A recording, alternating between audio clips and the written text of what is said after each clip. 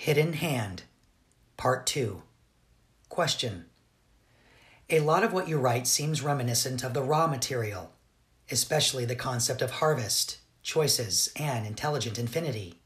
Have you read that? It is indeed extremely similar. We both originate from the source of the infinite creator, and we both remember where we come from. I would expect our messages to contain the same core truths. The messages of the sixth density soul group Ra is the most accurate information in your mainstream circulation at this point in time. It is approximately 85 to 90% accurate from what I've seen. The material was brought to my attention when it first came out, something like 25 years ago, if memory serves. I read a lot of it, but not all. I do not have very much free time for that kind of thing with my many duties, though others of the family gave it a close scrutiny to judge its accuracy and were very pleased with the end product. Ra, in fact, is the group I earlier termed off-world entities, of which visited the Mayan and Atlantean civilizations. We are acquainted and friends. Both our group souls are at a very similar level of development and evolution, both sixth density, nearly seventh. But like us, Ra also chose the path of service to our fellow galactic brothers and sisters, you and others, instead of further progression home. We would recommend that material for any who truly seek understanding, though, as I said, it is not 100% accurate, so take what resonates. Q. What function, if any, do alien abductions have? Why are abductees chosen? That depends upon who is doing the abducting. Most of what you hear termed as abductions are conducted by your own governments, especially the ones where the so-called Greys are involved. Other than that, sometimes the Confederation will meet with certain incarnates here who have a part to play in awakening others to the coming harvest. These will always be positive experiences, and those who have them will feel uplifted and inspired by their contact. Then there is the Orion Empire group. Their purposes in visiting you are more along the negative lines. They mainly target the ones you have called light workers. They try to put them off their assignments and try to spread fear. They will not actually harm you physically. Mainly, their modus operandi is to restrict you and deflect you from your path. They often engage in psychic attacks that the light worker is unaware of, but it does often drain away much of their energy and make them lack motivation. Q. Why do you want a negative harvest? It is complicated to put into words, and also I must be careful with what I say on this. I've already had a slap on the wrist, you could say. If we do not have a negative harvest, we are bound with you for another cycle. Once this great harvest is completed, our contract with the Council and our Creator is also completed. In other words, we have done our duty and would be free to return to our fullest expression, that of sixth, nearly seventh density galactic guardians, and ones who joyfully offer ourselves in service to the one infinite Creator and to our brothers and sisters across the galaxy. However, there is a problem. Well, you would call it a problem. We call it a challenge. I will address this later in more detail. In response to another question, but in short, we need a very high percentage of negative polarity if we are to achieve a negative harvest. In other words, we have to be self-service centered to an extreme degree in order to become negatively harvested. This is why we work so hard to be as negatively polarized as we possibly can be.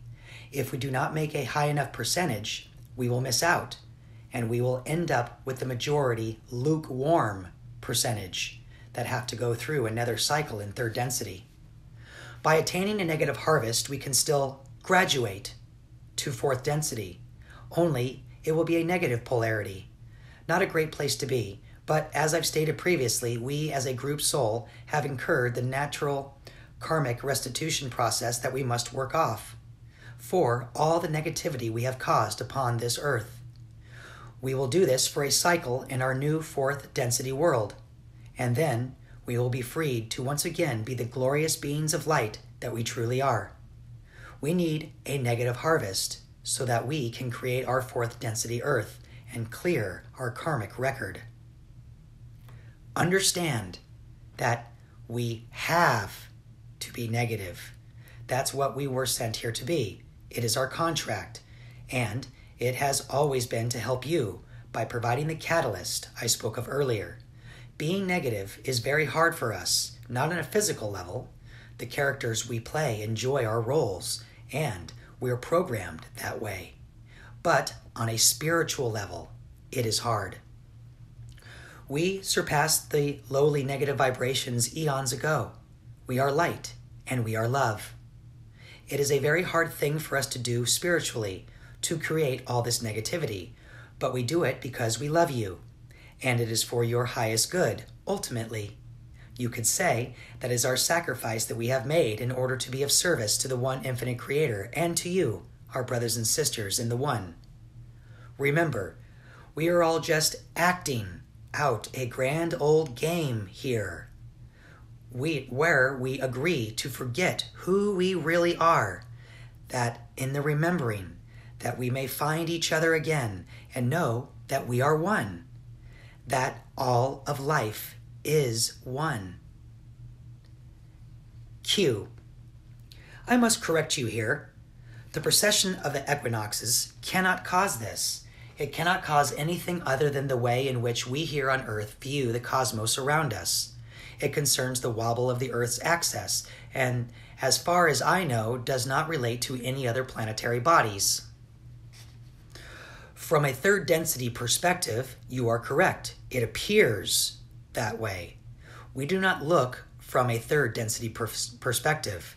There is a bigger picture at work that you cannot see. Q.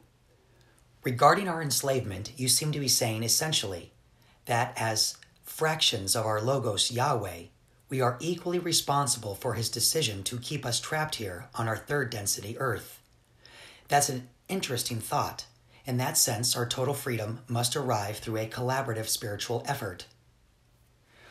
From a certain perspective, what you say is correct. From a third density view, you see yourselves as being separate from everything. From a higher perspective, you see that is not at all the case. You and your Creator are one. As to your statement on your total freedom, you are not responsible for those around you. You and they are all one too. When seen from a higher density, but in this density, you are here to work upon yourself. You are here to remember who you are and why you are here. You are here to remember the infinite Creator, to know your Creator within you, and to offer your service to him and to others of your own free will and choice to serve. The one comes before the other. When you remember who you are and you know it deep within the core of your being, you will know and recognize your invisible connection to all that is, and in so doing, joy and thanksgiving and service will be the natural outpouring result from your grateful heart. When you work upon yourself and learn to know the Creator within you, being of service to others will be natural for you, and your glorious harvest shall await. Q. One thing I don't get, and perhaps you can explain this to me, Hidden Hand, is why those who belong to Lucifer and Lucifer himself do not fight for the freedom of all souls. If Lucifer represents liberty, freedom of will and knowledge, why do those who serve him not do so as the biblical Lucifer did and rebel against the tyranny of the elders? This is a very good question, thank you. I will split it into two parts and answer the second part after this. Firstly, the Council of Elders are the absolute opposite of tyrannical. They are the wise and loving guardians of our galaxy. There is so much that one cannot understand from only a third density perspective. When you reach higher densities, you see that ultimately everything balances, and there is only unity. All else than unity is illusion or thought form. The Council gave us a set of choices. We chose to stay here to help you, despite the cost to ourselves. This is the nature of loving service to others. The ultimate paradox in all this is that in this storyline, we are all co-creating together. In order for us to be of the most service to you, we must be utterly self-serving. I do so love our Creator's sense of irony. As to the first part of your question, the biblical depiction of war in heaven is not entirely inaccurate. I shall explain. Our initial contract was to introduce the catalyst for free will on this earth. When Yahweh initially began discourse with the Council of Elders, he was not initially looking for help with introducing free will, but rather for guidance on how we could best speed up his and his inhabitants' evolutionary process. As I mentioned, he was running a benign dictatorship. We had at that time just completed an assignment in Tau Ceti and had reported for our next duties. We, as Soul Group Lucifer, were sent on a fact-finding expedition, as it were, to visit Earth and meet with Yahweh, to evaluate his creation laws and make suggestions on how best he could help his offspring.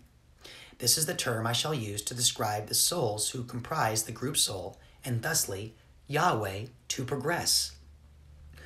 We explored many options and reported our findings to the council and to Yahweh. It was our best evaluation that the only real and fast-track way to increase his involvement meaningfully was the introduction of free will. It was not specifically the implementation of free will that Yahweh wanted help with. It was simply the introduction of a catalyst. He was not at all pleased with our report that he needed to implement free will. He was happy with his little pet paradise, and he didn't want to lose control of it. In the end, the council persuaded him that it was the best way, and he reluctantly agreed. We returned to Earth and had a cordial meeting with Yahweh discussing how we could best implement the free will option. Yahweh was adamant that his offspring would choose to be loyal to him anyway, and that they were so content with their way of life that they would always trust him and do as he said was best. That, he said, was his main reason that free will would not work well as the catalyst. That's why he agreed to the experiment of the Tree of Knowledge. He believed it would prove him right. When it did not, he became angry, threw his toys out of the pram and his offspring out of the garden, and laid a big guilt trip on them about how they had broken his trust and disobeyed him. That's not really an honorable way for a Logos to behave, but hey, that's the beauty of free will, I guess. Next problem to occur was that his offspring were so grateful to us for our help that Yahweh became, in his own admission, a jealous God. Then he had the whole, "you shall have no other gods than me" thing. We were not pleased with the situation at all, as a Logos should not be behaving like this with his offspring. They are one, after all. When we attempted to leave the earth to return to the council, Yahweh prevented our departure. We tried to leave again, and were then thrown down into the astral planes and confined therein. The council ordered us to be released, but said we would have to cancel our contract to help the souls on earth to evolve. We didn't want to leave. We found them very likable beings, really positively polarized, and we wanted to stay and help. We just wanted to be able to be free to come and go as we pleased. The only way we could stay was to stay confined as a group soul, which meant cycles of incarnation for us as individuated souls, which we had not done for a long while. As I've stated before, there is no wrong or right seen from a higher density, but there are still consequences for every action. Such is the law of karmic effect. The contract had already been made between Yahweh, us, and the council for us to provide the catalyst, so we had a right to be there. The karmic effect of Yahweh imprisoning us on the macrocosmic level was that his individuated souls would be imprisoned on the microcosmic level. The infinite creator gave Yahweh and all the gift of free will to create as we choose. But The karmic effect of his choice was the council quarantining the earth. A certain evolutionary level is required to be a functioning part of a positive, unified galactic society. As for fighting for the freedom of all souls, remember that ultimately this is a game that we are all playing here. We are actors playing on the stage of life. This world is an illusion, or thought form. No one really dies, and no one is really hurt. In between incarnations, you know this very well. But the rules of the game ensure that you must forget who you really are, so that you believe it is all real whilst you are playing the game of life. This is this essential prerequisite when you are making choices. Otherwise, the game would be too easy. This world is not reality, though we can express reality in it, if we so choose.